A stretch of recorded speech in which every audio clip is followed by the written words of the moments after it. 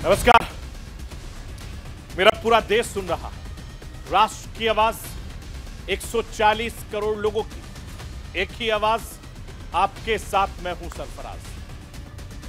मैं सरफराज सैफी आपको बताना चाहता हूं, चुनावी माहौल में हिंसा हावी होती जा रही है। चुनावी माहौल में हर मसले पर सियासी खींचतान तेज होते जा रही है। संसद का मॉनसून सत्र हंगामे की भेंट चढ़ता जा रहा है। पिछले 9 दिनों से संसद में मणिपुर पर हंगामा हो रहा है। इंडिया गठबंधन एनडीए ही दोनों ही शक्ति प्रदर्शन में लगातार जुटे हैं और विपक्ष ने प्रधानमंत्री नरेंद्र मोदी को घेरने के लिए अविश्वास वाला दांव चला है। 8-10 अगस्त को अविश्वास प्रस्ताव पर बहस का शेड्यूल सामने आया है। इसमें प्रधानमंत्री नरेंद्र मोदी के जवाब की बात भी कही जा रही है। बावजूद इसके संसद में हंगामा लगातार जारी है। संसद के बाहर भी हंगामा जारी है। अविश्वास प्रस्ताव के जरिए इंडिया गठबंधन की पावर पॉलिटिक्स को आज मैं आपके सामने डिकोड करूंगा। संसद पर कैसे चुनाव हावी है, यह आपको बताने, समझाने, दिखाने की कोशिश करूंगा। अविश्वास वाले दांव की काट लगातार बनता दिख रहा है दिल्ली सेवा बिल, और अभी तक मणिपुर मामले को लेकर भारतीय जनता पार्टी पर इंडिया गठबंधन हावी रहा है। अब बीजेपी इंडिया गठबंधन को बड़ा झटका देने की तैयारी इस समय दिख रही है। 1 अगस्त को इसकी शुरुआत हो गई। संसद के संग्राम में दिल्ली अध्यादेश बिल की एंट्री हो गई है। 2 अगस्त को इस पर बहस होनी थी। आम आदमी पार्टी के दिल्ली अध्यादेश बिल पर विपक्ष को एकजुट करने के लिए काफी ज्यादा मेहनत मशक्कत करनी पड़ी। दिल्ली को साथ आने के लिए मजबूर कर दिया, कांग्रेस को साथ आने के लिए मजबूर कर दिया। मगर एक दिन पहले कांग्रेस के नेता संदीप दीक्षित ने इसे गलत बताया। शुरुआत कर दिल्ली सेवा बिल कैसे इंडिया गठबंधन की अग्नि परीक्षा साबित होगा, आज आपको राष्ट्र की आवाज के जरिए दिखाऊंगा, बताऊंगा, समझाऊंगा। मणिपुर सुलग रहा है। मणिपुर को लेकर पूरा हिंदुस्तान परेशान है। ऐसे माहौल में हरियाणा हिंसा ने चिंता और ज्यादा बढ़ा दी है। दिल्ली से महज 80 किलोमीटर दूर मेवात के नू इलाके में तनाव बना हुआ है। पूरे इलाके में इंटरनेट बंद है। धारा 144 लागू है। हरियाणा हिंसा में अब तक आधा दर्जन लोगों की जान जा चुकी है। 50 से ज्यादा लोग घायल हैं। हिंदू मुस्लिम समुदाय के बीच नू की नफरती आग का दायरा लगातार बढ़ता जा रहा है और अब तक अपनी चपेट में 6 जिलों को ले चुका है। राजस्थान के भरतपुर में भी लगातार अलर्ट जारी है। क्या है हरियाणा हिंसा के पीछे की कहानी? कैसे हरियाणा हिंसा की गर्मी संसद तक पहुंच रही है? हरियाणा हिंसा की गर्मी कैसे दिल्ली को, सियासत को सुलगा रही है? आज आपको राष्ट्र की आवाज के जरिए दिखाऊंगा, बताऊंगा, समझाऊंगा। मैं अपने हिंदुस्तान के कोने कोने की आवाज को दिल्ली तक पहुंचाता हूं। दिल्ली की आवाज को देश दुनिया के कोने कोने तक पहुंचाता हूं। नेताओं की आवाज को मैं आम लोगों तक पहुंचाता हूं। आम लोगों की आवाज को मैं अपने देश के हुक्मरानों तक पहुंचाता हूं। आपकी आवाज से मिलती है मेरी आवाज और बन जाती है राष्ट्र की आवाज।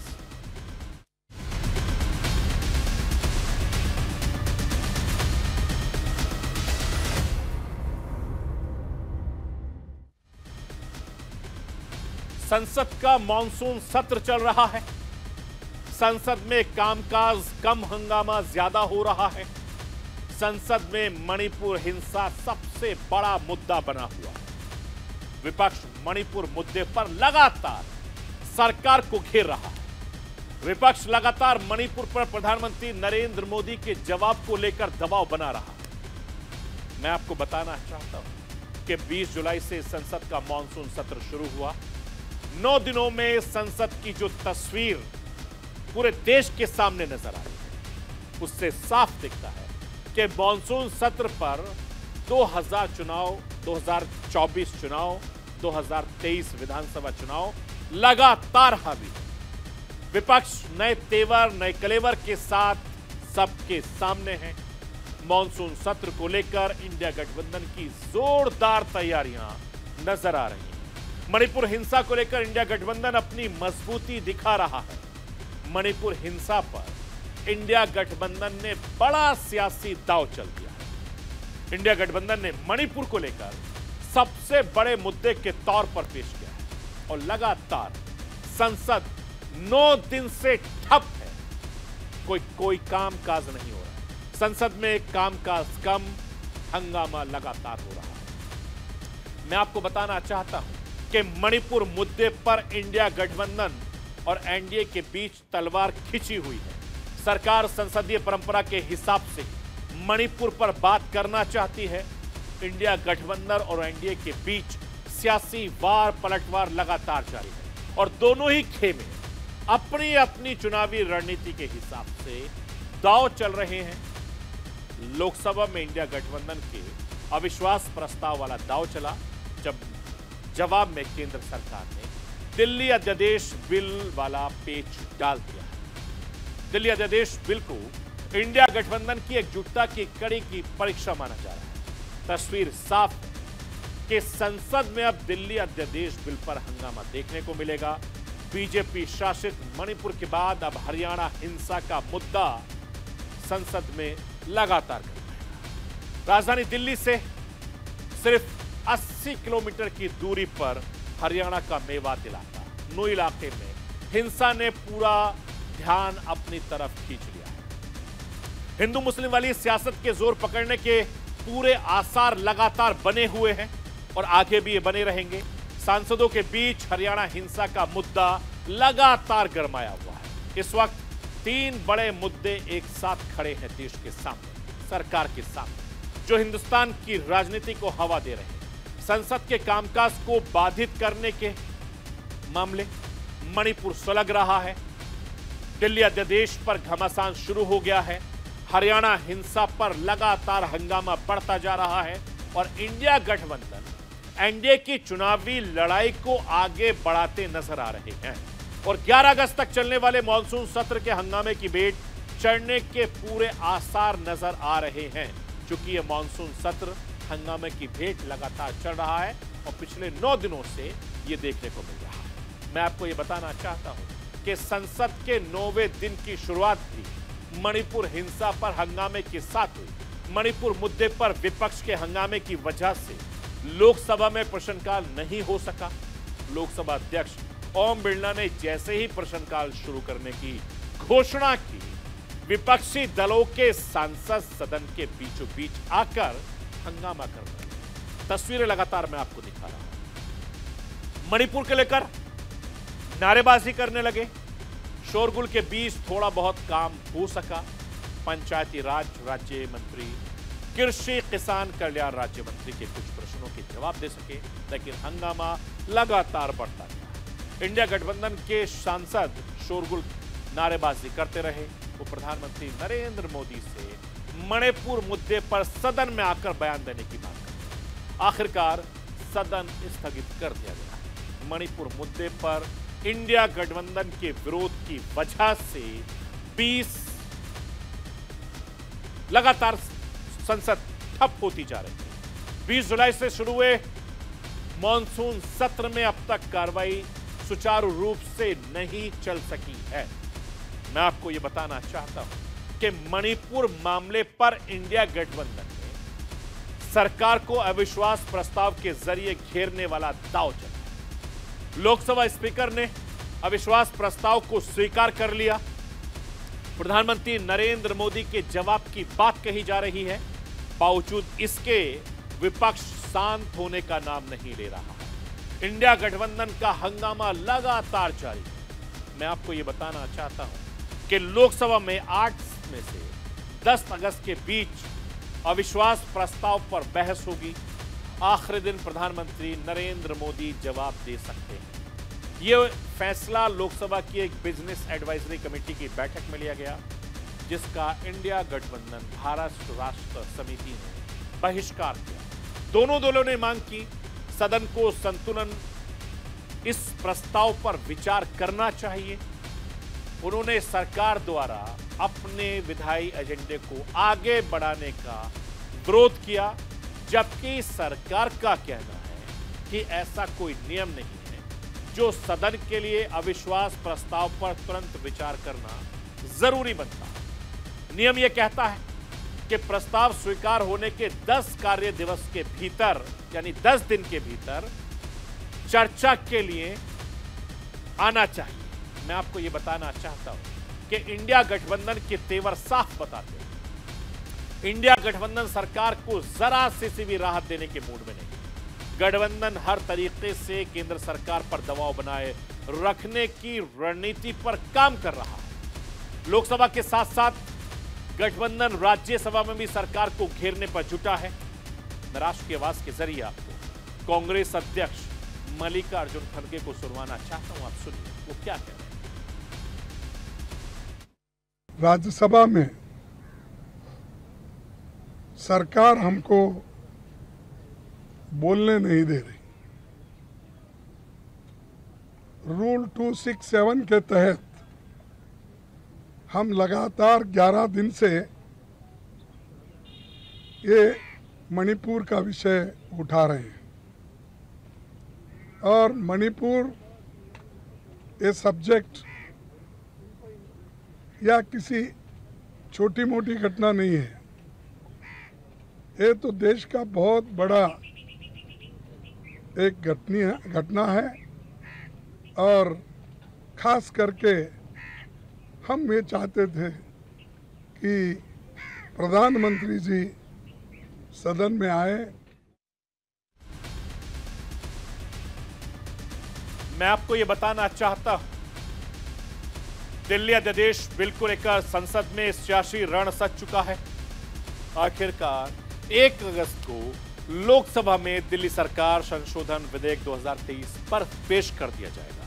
मणिपुर पर जारी हंगामे के बीच लोकसभा में गृह राज्य मंत्री नित्यानंद राय ने बिल को पेश किया। मैं आपको दिखाना चाहता हूं कि कैसे हंगामे के बीच दिल्ली अध्यादेश बिल पेश किया गया और इस दौरान कैसे जब लोकसभा स्पीकर ओम बिरला बोल रहे थे, जब केंद्रीय गृह मंत्री अमित शाह बोल रहे थे, कैमरे के आगे मणिपुर वाले पोस्टर को आगे रख दिया गया। विपक्ष की तरफ से मणिपुर को लेकर माहौल बनाए रखने की कवायद संसद में देखी जा रही है। संसद में नेता बोलते रहे, कटआउट सामने आते रहे, कैमरा बार बार स्विच करता रहा। मणिपुर पर नारेबाजी सदन में चलती रही और दिल्ली अध्यादेश बिल पर बात होती रही। हंगामा होता रहा। इन सब के बीच होम मिनिस्टर अमित शाह ने कहा कि संविधान ने सदन को दिल्ली राज्य के संबंध में कोई भी कानून पारित करने की शक्ति दी है। सुप्रीम कोर्ट ने भी अपने फैसले में साफ कर दिया है, स्पष्ट कर दिया है कि संसद इस संबंध में कोई भी कानून ला सकती है। मैं राष्ट्र की आवाज के जरिए आप होम मिनिस्टर अमित शाह को सुनवाना चाहता हूं। सुनिए वो सदन में क्या कह रहे हैं। जो मुद्दे संसद के नियमों के अनुसार उठाए गए, मैं इसकी स्पष्टता इस महान सदन के सामने करना चाहता हूं। माननीय अध्यक्ष, 239 क और क के अंतर्गत ख, इसमें स्पष्ट उल्लेख है संविधान में कि उपखंड क की किसी बात से संघ राज्य क्षेत्र या किसी भी भाग के लिए किसी भी विषय के संबंध में इस संविधान के अधीन विधि बनाने की संसद की शक्ति का अल्पीकरण नहीं हो सकता। इसका मतलब है हमारे संविधान ने इस सदन को संपूर्ण सत्ता दी है कि दिल्ली राज्य के लिए किसी भी कानून को लेकर आने की। दूसरा मुद्दा उठाया गया सुप्रीम कोर्ट के जजमेंट का, जो हमारे माननीय सांसद बीजेडी के बताया। सर्वोच्च न्यायालय के पैरा 6 जजमेंट के पैरा 6, 95 और पैरा 164F इसके संबंध में सर्वोच्च न्यायालय ने स्पष्ट किया है कि संसद दिल्ली संघ राज्य क्षेत्र के लिए कोई भी कानून बना सकता है। अतः ये सारे जो ऑब्जेक्शन लिए गए हैं वो राजनीतिक है, इसका कोई संवैधानिक आधार नहीं है।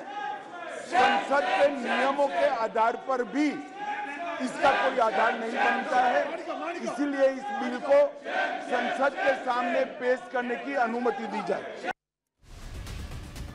मैं आपको बताना चाहता हूं कि लोकसभा में दिल्ली सर्विसेज बिल पर 2 अगस्त को बहस हुई।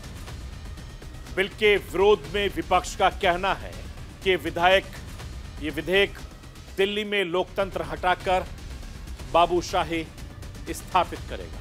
ये पूरी तरीके से अलोकतांत्रिक अवैध दस्तावेज है। लोकसभा में बिल पेश करने के दौरान कांग्रेस सांसद अधीर रंजन चौधरी, एन.के. प्रेमचंद्रन, शशि थरूर जैसे विपक्षी सांसदों ने विधेयक पेश करने का विरोध किया। मैं राष्ट्र की आवाज के जरिए आपको विपक्ष की आवाज भी सुनवाना चाहता हूं। आप सुनिए किस तरीके से वो विरोध कर रहे हैं। आप विधायक अध्यादेश उच्चतम न्यायालय की इस फैसले को निष्प्रभावी करने का प्रयास करते हैं, जिसमें दिल्ली सरकार की शक्तियां को बहाल करते हुए कहा गया था कि अगर सरकार को अपने नौकरों पर नियंत्रण नहीं लास्ट ये विधायक दिल्ली में उपराज्यपाल के अधिकार का विस्तार करता है। ये दिल्ली सरकार और संघ सरकार के बीच संबंधों को सरोकार में उपराज्यपाल के विवेकाधीन अधिकार का विस्तार करता है। Sir, I vehemently oppose the Government of National Capital Territory of Delhi Amendment Bill 2023 on 3 grounds. आप तो नियम से बोलोगे ना? हम नियम से बोला है। हाँ, रूल्स की बात बोलना। रूल्स के बाद बोला है। Sir, Rule 72(2) of the Rules of Procedure and Conduct of Business in Lok Sabha, I am questioning the legislative competence of the government in having the legislation of the bill number 1. Sir, it is against the principles of federalism which is being envisaged by the Constitution of India. Sir, federalism is one of the basic features of Indian Constitution. मैं आपको ये बताना चाहता हूं कि दिल्ली अध्यादेश bill पर संसद के अंदर हंगामा शुरू हो गया। इस पर संसद के बाहर भी माहौल लगातार गर्माता जा रहा है। भारतीय जनता पार्टी से दिल्ली की व्यवस्था सुधारने के लिए जरूरी मानती है। मैं राष्ट्र की आवाज के जरिए आपको केंद्रीय मंत्री अर्जुन राम मेघवाल को सुनवाना चाहता हूं। अर्जुन राम मेघवाल इस मसले को लेकर क्या कुछ कह रहे हैं। दिल्ली की विशेष परिस्थितियां हैं भाई, उसके तहत लाए हैं अध्यादेश। अध्यादेश लाने का अधिकार संविधान ने दिया है, संविधान के अनुसार ही काम कर रहे हैं। वो अपनी बात लोकसभा में राज्यसभा में कहें, जिसके पास बहुमत होगा वो बिल पास कराएगा। इस अध्यादेश का विरोध अरविंद केजरीवाल कितने स्तर पे करेंगे? अरविंद केजरीवाल के खिलाफ उनके भ्रष्टाचार का जो अधिकारी जांच कर रहा है, वो उसी को डराने के लिए, उसी को धमकाने के लिए, उसी का ट्रांसफर करने की ताकत चाहते हैं। मैं आपको ये बताना चाहता हूं, आम आदमी पार्टी दिल्ली अध्यादेश बिल को असंवैधानिक, अलोकतांत्रिक मानती है। राष्ट्र की आवाज के जरिए आपको आम आदमी पार्टी के नेता सांसद राघव चड्ढा को सुनवाना चाहता हूं, वो क्या कह रहे हैं। एक ऐसा बिल संसद भवन के भीतर लाया जा रहा है जिससे ज्यादा असंवैधानिक और अलोकतांत्रिक बिल शायद ही कभी भारत के इतिहास में, संसदीय इतिहास में सदन के भीतर लाया गया हो। यह एक ऐसा बिल है जो चुनी हुई सरकार की तमाम शक्तियां चुनी हुई सरकार से खींचकर एक उपराज्यपाल को सौंप देता है, अनइलेक्टेड आदमी में सौंप देता है। और यह दिल्ली में डेमोक्रेसी खत्म कर बाबूक्रेसी लागू कर देता है, लोकतंत्र खत्म कर बाबू तंत्र लागू कर देता है। ये इसलिए किया जा रहा है क्योंकि पिछले 25 सालों से दिल्ली में भाजपा संसद में मणिपुर पर हंगामा लगातार चल रहा है। आने वाले वक्त में दिल्ली अध्यादेश बिल पर संसद में हंगामा देखने की उम्मीद है। कुछ ऐसे ही आसार दिखाई दे रहे हैं। और इन सब के बीच संसद तक हरियाणा हिंसा की खबर भी पहुंचने लगी। तमाम पॉलिटिकल पार्टियां सरकार को घेरने में लगी हैं। देश की राजधानी दिल्ली से तकरीबन 80 किलोमीटर दूर हरियाणा का मेवात इलाका सुलग रहा है। नूह जिले में लगातार तनाव फैला हुआ है। मेवात में भारी तादाद में पुलिस फोर्स को तैनात कर दिया गया है। अर्धसैनिक बलों की तैनाती कर दी गई है। इंटरनेट बंद कर दिया गया है। कर्फ्यू लगा दिया गया है। एक धारा 144 लागू है। मेवात में हुई हिंसा का दायरा लगातार बढ़ता जा रहा है। हरियाणा के 6 जिलों में धारा 144 लागू कर दी गई है। हिंसा की शुरुआत 31 जुलाई को हुई थी। नूह में हिंदू संगठन ने ब्रज मंडल यात्रा की शुरुआत की थी और इसी दौरान यह हिंसा भड़क गई। दो समुदाय के बवाल के बाद तनाव लगातार बढ़ता गया और दोनों समुदाय में पत्थरबाजी और फायरिंग की। इस घटना में 2 पुलिस से लेकर 5 लोगों के मौत की खबर है। यह आंकड़ा बढ़ भी सकता है और 50 से ज्यादा पुलिसकर्मी, पुलिस अधिकारी और दूसरे लोग घायल बताए जा रहे हैं। हिंसा के बाद पुलिस ने करीब 20 एफआईआर दर्ज की है। अकेले नूह जिले में 11 एफआईआर दर्ज की गई है।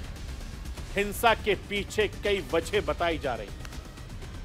बताया जा रहा है कि इस इलाके में शोभा यात्रा हर साल निकाली जाती है। इलाके के लोगों के बीच कभी भी ऐसा तनाव देखने को नहीं मिला है। वांटेड मोनू मानेसर के विवादित वीडियो ने लोगों को भड़काने का ज्यादा काम किया है। जख्म पुराना है जिसे लेकर दोनों समुदाय के बीच सोशल मीडिया पर तनाव बनता गया। और कुछ महीने पहले राजस्थान के भरतपुर में जुनैद नासिर के शव भिवानी में जली हुई कार में मिले थे। बेदर्दी से उनकी हत्या कर दी गई थी। मोनू मानेसर जुनैद नासिर हत्याकांड का आरोपी है, फरार है, पुलिस की गिरफ्त से बाहर है, लेकिन लगातार सोशल मीडिया के जरिए वो वीडियो बना रहा है। विवादित वीडियो जारी कर दिया है। सोशल मीडिया पर दूसरे गुट की तरफ से भी धमकी दी जाती रही है। देखते देखते सोशल मीडिया पर फैला जहर जमीन पर उतर आया। हर तरफ खून खराबा देखने को मिला।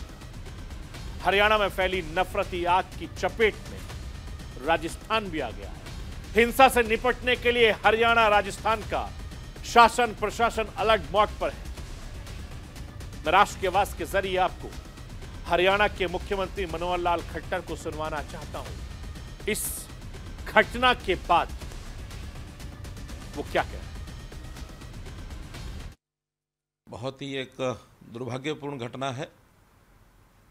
इस घटना के होते ही जब हमको पता लगा तो हमने अपने पुलिस के सब उच्च अधिकारियों को, डीजीपी साहब, ADG CID, ADGP law and order और अन्य आसपास के जिलों से भी पुलिस फोर्स को तुरंत वहाँ रवाना किया। दोपहर 2 बजे के आसपास की ये घटनाएं हैं। घटना इस प्रकार हुई कि वहाँ समाज की एक यात्रा जो हर वर्ष निकलती थी उसका आयोजन किया जा रहा था। कांग्रेस नेता अभिषेक मनु सिंघवी ने ट्वीट कर कहा है कि हरियाणा में हालात भयावह है।